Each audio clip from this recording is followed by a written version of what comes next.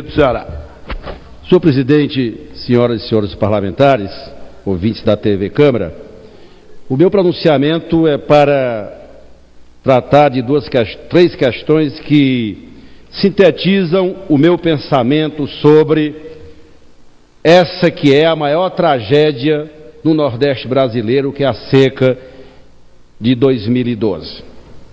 E começo, senhor presidente, falando e apresentando a esta casa um trabalho que foi feito pelo jornal O Povo, jornal do meu estado, que em manchete, em um caderno especial, retrata bem, com o título Planeta Seca, faz uma viagem no interior do Ceará, percorre, senhor presidente, 16 cidades de Paramoti a Canidé, 2.200 quilômetros, onde o jornal retrata a gravidade da situação vivida pelo Nordeste, e especialmente pelo meu estado, o estado do Ceará. Esse trabalho merece ser analisado e levantado por todos os deputados da região Nordeste, porque é, sem dúvida, as maiores e mais consistentes informações que dispomos no momento sobre a gravidade da seca. E nós precisamos, ao debater esse tema, identificar uma questão que para nós é fundamental do Nordeste brasileiro, que é, apesar da dramaticidade da situação, onde hoje nós temos um paradoxo entre os seres humanos que não estão mais passando fome, que não estão mais nas estradas pedindo esmolas, e o paradoxo de que o nosso rebanho no Nordeste, e especialmente no Ceará, está se dizimando. Os criadores e os produtores rurais não sabem mais o que fazer, porque a situação é muito grave. Grave ainda, senhor presidente, é como diz aqui o jornal, existem, e talvez seja o dado mais preocupante, que existem 31 cidades que se apresentam com gravíssimos problemas de abastecimento de água para o consumo humano. No meu estado, tem cidade que não for feita nenhuma providência. No mês de fevereiro, faltará água para o consumo humano. Isso é muito grave, dada a situação dos níveis dos reservatórios do meu estado, o estado do Ceará.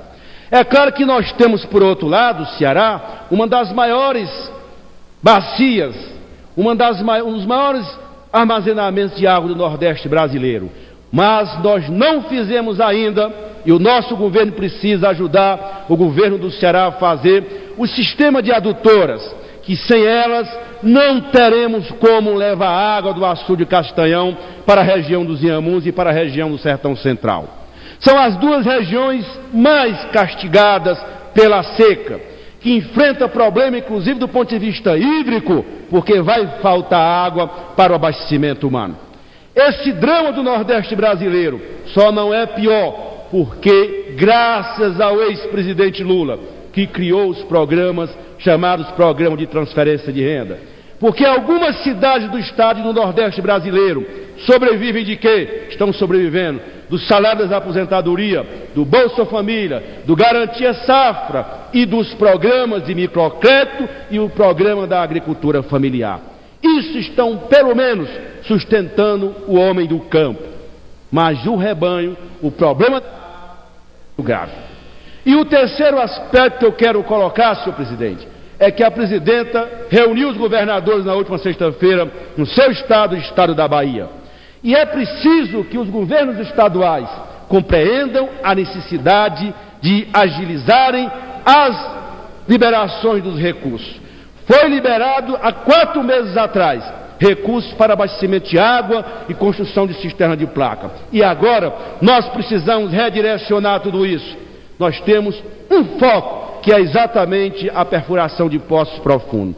Se nós não fizermos uma política agressiva para isso, muitas famílias nordestinas vão ter que passar sede, porque, e como eu disse, na região dos Inhamuns, no meu estado, na região do Sertão Central, na região próxima do Ceará com o Piauí e outras regiões do Nordeste brasileiro, vão enfrentar o mesmo drama.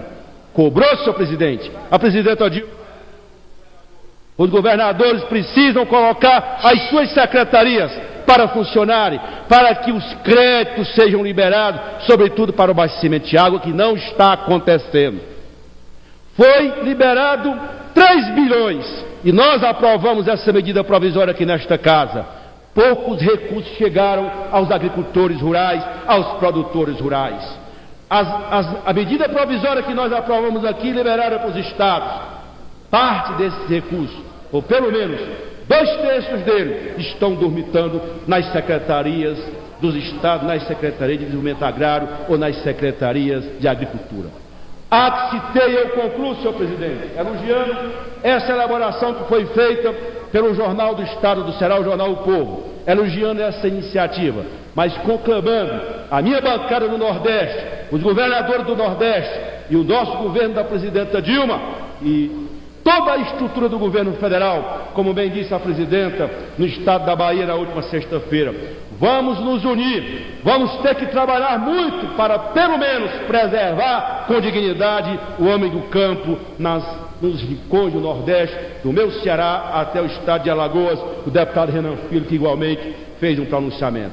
A hora é de muita urgência, a hora é de muita determinação, e eu quero crer, senhor presidente, que o discurso da presidenta Dilma na Bahia na última sexta-feira, em Salvador, vai ser levado em conta pelos governadores, para que formemos esse pacto que eu estou chamando, o pacto pela salvação do nosso rebanho, pela salvação das famílias que vão ter problema de abastecimento de água. Recurso existe, como a presidenta Dilma, e ela falou na Bahia: se for preciso, liberarei mais recursos para salvar as famílias do nosso interior, do nosso Nordeste brasileiro.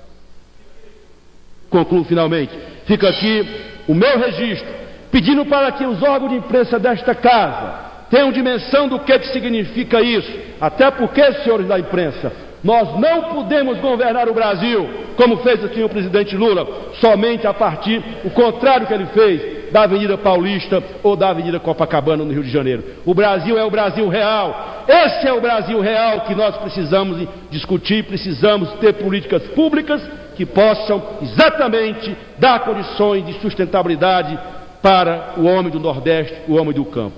O Nordeste está bem estruturado na cadeia econômica nacional, mas essa seca pode interditar esse crescimento que nós tivemos nos últimos 8 anos. Peço, senhor presidente, para que o registro feito pelo Jornal O Povo, todo o trabalho que percorreu várias regiões, bem como o nosso pronunciamento, como o pronunciamento do deputado Renan Filho, possam os dois ecoarem e assim divulgarmos para o país inteiro